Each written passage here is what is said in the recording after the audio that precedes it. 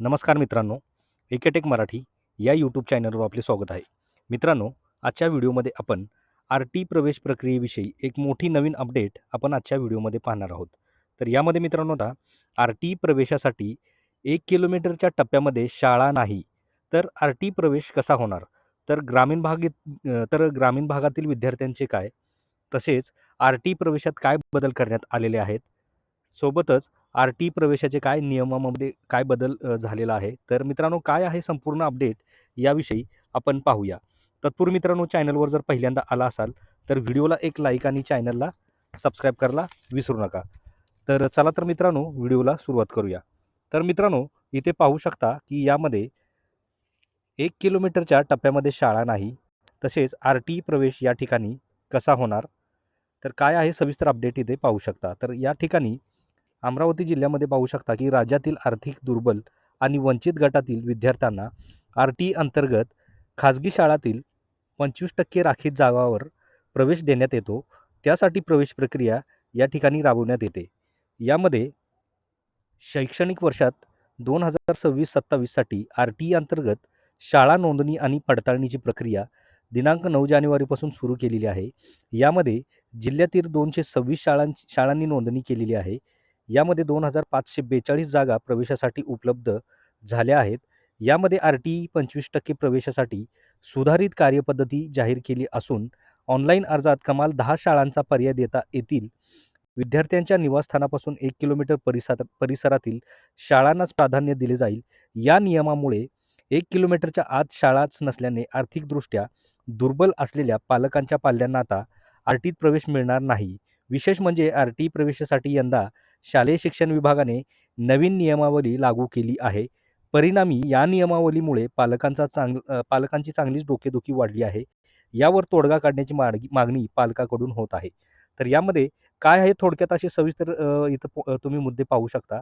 तर यामध्ये मित्रांनो आर-टी प्रवेशाचे नियम बदलले.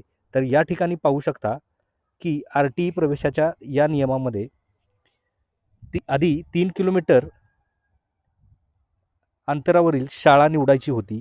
तरी देखील लोक बोगसपणे भाड्याने खोली दाखवून ॲडमिशन घेण्याचा प्रयत्न करत होते. परंतु आता 1 किलोमीटर अंतरातीलच लोकांना शाळा मिळणार असल्याने इतरांवर अन्याय होणार आहे.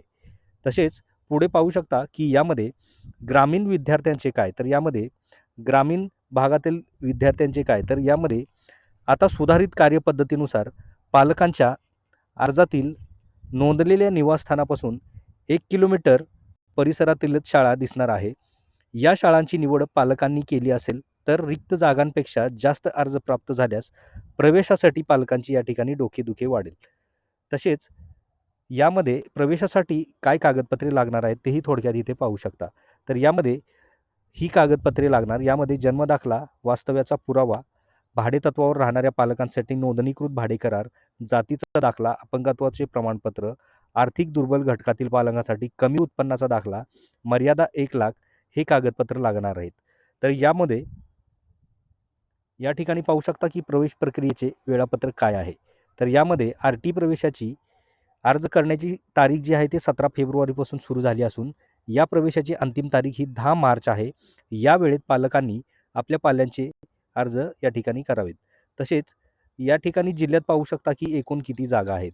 तर यामध्ये मित्रांनो जिल्ह्यातील 226 शाळांमध्ये आर-टीचा 25% मोफत प्रवेश 2542 विद्यार्थ्यांचा होणार आहे. 2026-27 या शैक्षणिक वर्षापासून ती लागू होणार आहे. आर-टी 25% प्रवेश प्रक्रिया 17 फेब्रुवारीपासून सुरू झाली असल्याची माहिती प्राथमिक शिक्षण विभागाने या ठिकाणी दिलेली आहे. तर यामध्ये पाहू शकता मित्रांनो की आर-टी प्रवेशात काय बदल करण्यात आलेले आहेत.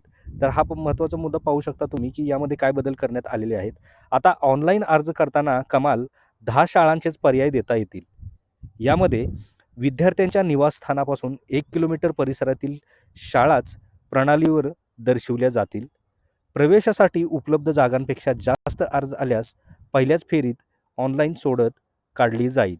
तर मित्रांनो अशा प्रकारे तुम्ही पाहू शकता की या अपडेटमध्ये की आर-टी प्रवेश प्रक्रियेमध्ये त्यांच्या काही नियमामध्ये मोठे बदल केलेले आहेत. त्यानंतर कोणकोणती कागदपत्रे लागणार आहेत. तसेच प्रक्रियेचे वेळापत्रक काय आहे. यामध्ये आणि RTE प्रवेशाचे नियम काय बदलले आहेत. तर मित्रांनो, RTE प्रवेश प्रक्रियेविषयी एक मोठी नवीन अपडेट आपण आजच्या व्हिडिओमध्ये पाहिलेली आहे. तर मित्रांनो, ही महत्त्वपूर्ण अपडेट आपल्याला कशी वाटली, आवडल्यास नक्की व्हिडिओला एक लाईक आणि चॅनलला सबस्क्राईब करायला विसरू नका. तर भेटूया मित्रांनो अशाच पुढच्या नवीन व्हिडिओमध्ये, नवीन अपडेटमध्ये.